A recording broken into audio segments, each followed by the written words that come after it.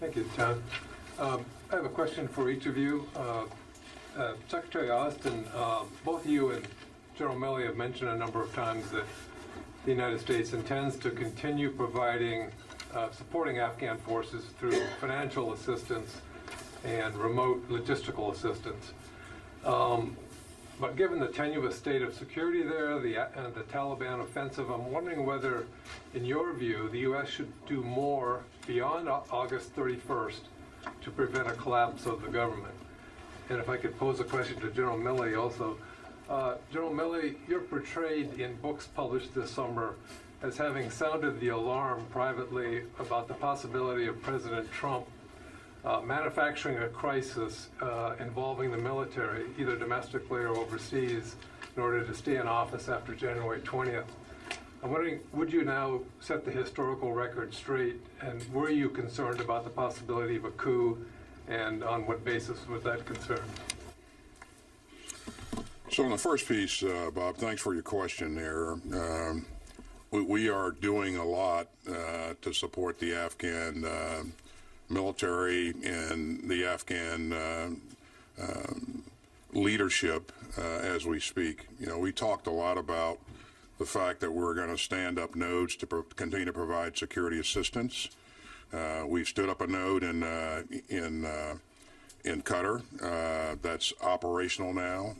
We have begun the provision of the aircraft that we mentioned to you earlier that we're going to provide. On Friday, 3 newly refurbished UH-60s landed in Kabul, and they'll continue to see a steady drumbeat of that kind of support going forward. We've talked about setting up a node to be able to conduct over-the-horizon strikes. That node is in place. After August, our focus, as we've said, is on those threats that present those elements that present a threat to the United States of America. So it'll be a counterterrorism focus there. So and that's currently where we stand, but we have not changed that. But make no mistake that we remain committed to helping the Afghan security forces and the Afghan government going forward. And we are doing what we said we were going to do in terms of putting the pieces in place to ensure that we can provide that support. And Bob, thanks for the question. Look, I know there's a lot of interest out there on all of these books that are out there and quoting me and lots of others, etc. I'm not going to comment on what's in any of those books. Let me just say this, though. I always personally provided the best military professional advice to President Trump previously, to President Biden, or any other president. I always provide that best military advice to the Secretary of Defense, whomever is the Secretary of Defense, and I do that for the National Security Council as well. And I will speak also for this one time on behalf of the Joint Chiefs. The same applies to them. We always adhered to providing best professional military advice, bar none. It was candid, honest, in every single occasion. We did that all the time, every time. The other thing that I think is important to note here is that I, the other members of the Joint Chiefs, and all of us in uniform, we take an oath to a document, an oath to the Constitution of the United States, and not one time do we violate that.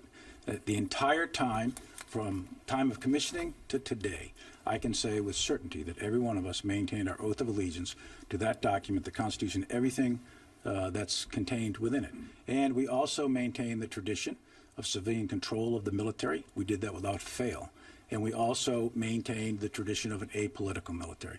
We did that then, we do that now, and we will do that forever. All the time, Bob. I'd just like to add a comment to that, Bob. I've known the chairman for a long time. We've fought together. We've served a couple of times in the same unit, so I'm not guessing at his character. He doesn't have a political bone in his body.